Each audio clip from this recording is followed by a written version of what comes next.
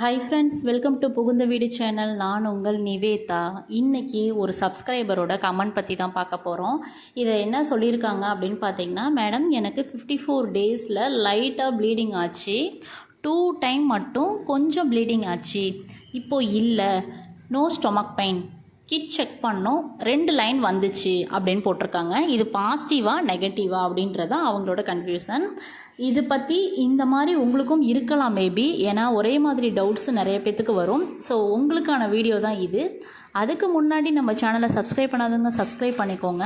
என் phone number நான் ஸ்க்ரீனில் கொடுக்குறேன், அந்த நம்பருக்கு வாட்ஸ்அப் பண்ணுங்கள். விருப்பம் இருந்தால் பர்சனலாக ஜாயின் பண்ணிக்கோங்க, இல்லைனா இக்னோர் பண்ணிக்கோங்க. வாங்க வீடியோக்குள்ளே போகலாம்.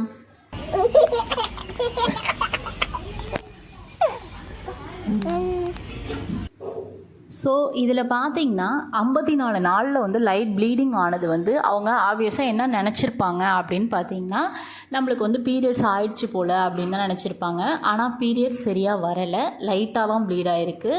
சரி, லைட்டாகவே நம்மளுக்கு வருது, ஒருவேளை வாய்ப்பு இருக்குமோ, பீரியட்ஸ்னால் நம்மளுக்கு கடகடன் நிறையா வந்துடும், ஸோ நம்மளுக்கு லைட்டாக லிட்டில் பிட்டாக வருது, ஸோ அதனால் ஏதாவது வாய்ப்பு இருக்குமோ அப்படின்னு நினச்சி தான் அவங்க கார்டு போட்டு செக் பண்ணியிருக்காங்க.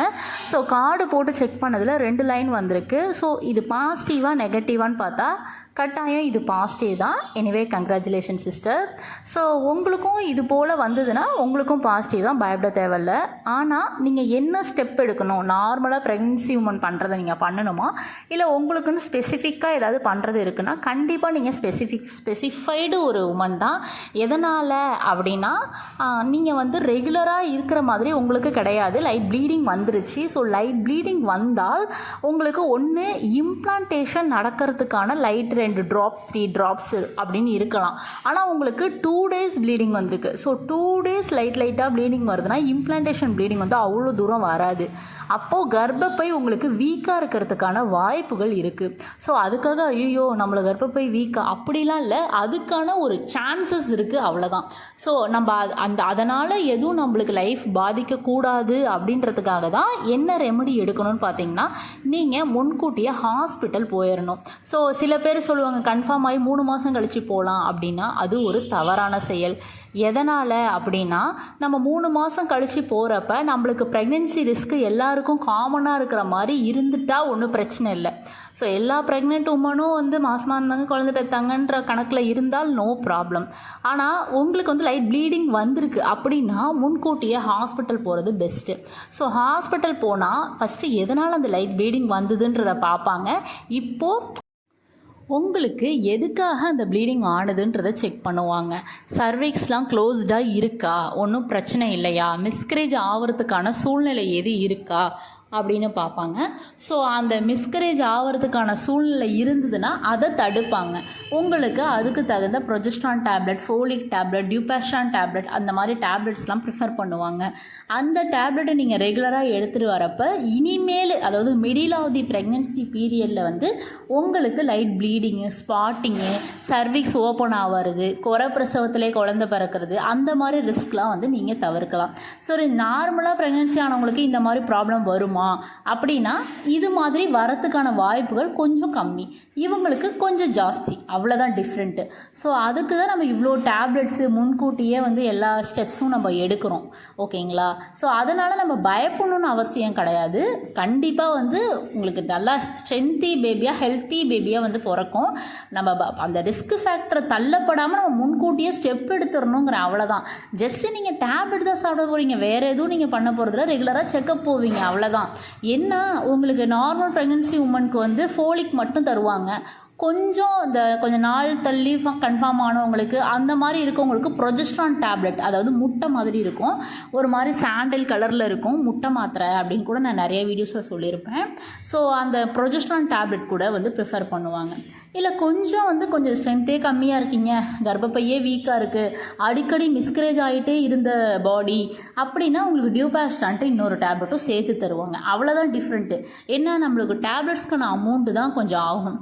சரி, அந்த டேப்லெட்டை வந்து நம்ம வந்து எப்படி கவர்மெண்ட்டில் கிடைக்குமா அப்படின்னா ஃபோலிக் மட்டும்தான் தருவாங்க கவர்மெண்ட்டில்.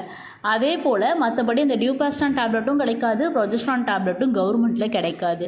சரி, இந்த மக்கள் மருந்தகம்னு சொல்கிறாங்கல்ல, அங்கே கிடைக்குமானா கிடைக்கும், ஆனால் டோஸ் கம்மியாக இருக்கும். ஸோ அதாவது மக்கள் மருந்தகம் பெஸ்ட்டு தான், அங்கே வாங்கி சாப்பிட்லாம் தான், ஆனால் டோஸ் கம்மியாக இருக்கும். ஏதாவது நீங்கள் வந்து ப்ரைவேட்டில் வாங்கி சாப்பிட்றதுக்கும் அதுக்கும் நல்லாவே டிஃப்ரெண்ட் இருக்கும். டிஃப்ரெண்ட்டு மீன்ஸ் கொஞ்சம் எஃபெக்ட் கம்மியாக கேட்கும். ஏன்னா இப்போ நம்ம பாடிக்கான டேப்லெட்டுக்கு ஒரு டேப்லெட்டுன்னு சொல்கிறாங்க, நம்ம அதே ஒரு டேப்லெட் தான் அவங்க மக்கள் மருந்தகத்துலேயே வாங்கி நம்ம சாப்பிடுவோம். இருந்தாலும் அந்த ஒரு டேப்லெட்டில் உள்ள பவர் இந்த மக்கள் மருந்தகத்தில் வாங்குகிற ஒரு டேப்லெட்டில் அந்த பவருக்கு ஈக்குவலாக இருக்காது. ஏன்னா கொஞ்சம் எஃபெக்ட் நம்மளுக்கு கம்மியாக தான் இருக்குது. இது வந்து ஜென்ரல் சஜஷன் கிடையாது, என்னோட பர்சனலாக நான் ஃபீல் பண்ணது. எனக்கு கொஞ்சம் அந்த நரம்பு இஷ்யூ இருக்குதுன்னு சொல்லியிருந்தேன்ல, அந்த பெயின். ஸோ அந்த பெயினுக்கு வந்து நான் மக்கள் மருந்தகத்தில் ஒரு 10 days வாங்கி சாப்பிட்டேன். ஏன்னா என்னால் செலவு பண்ண முடியல, அவ்வளோ காசு ஆணுச்சு. ஸோ அதனால் வந்து நான் மக்கள் மருந்தகத்தில் வாங்கி சாப்பிட்டு பார்ப்போன்னா எனக்கு பெயின் ரிலீஃபே ஆகலை. ஒருவேளை என்னோடய மென்டாலிட்டியாக என்னன்னு கூட தெரில. ஸோ ஒரு வேளை இங்கே சாப்பிட்டா நம்மளுக்கு வந்து இது டோஸ் கம்மியாக இருக்குது கேட்காதோ அப்படின்ற மைண்ட் செட்டில் சாப்பிட்டானா என்னானும் தெரியல. அதனால் என்னோடய பர்சனல் எக்ஸ்பீரியன்ஸ் வந்து நான் என் ஃப்ரெண்ட்ஸ்கிட்ட ஷேர் பண்ணதில் இது வந்து கொஞ்சம் எஃபெக்ட் கம்மியாக தான் இருக்குன்னு எல்லோரும் சொல்கிறாங்க. அதனால் நீங்கள் ப்ரைவேட்லேயே வாங்கிக்கோங்கன்னு எனக்கு சஜஷன் பண்ணாங்க. அதனால் நான் காசு போனாலும் வேறு வழி இல்லை, நம்மளுக்கு பெயின் இல்லாமல் இருக்கணும்னு சொல்லிட்டு நான் ப்ரைவேட்டில் தான் வாங்குகிறேன். இது வந்து சும்மா என்னோடய பர்சனல் எக்ஸ்பீரியன்ஸை நான் ஷேர் பண்ணுறேன்.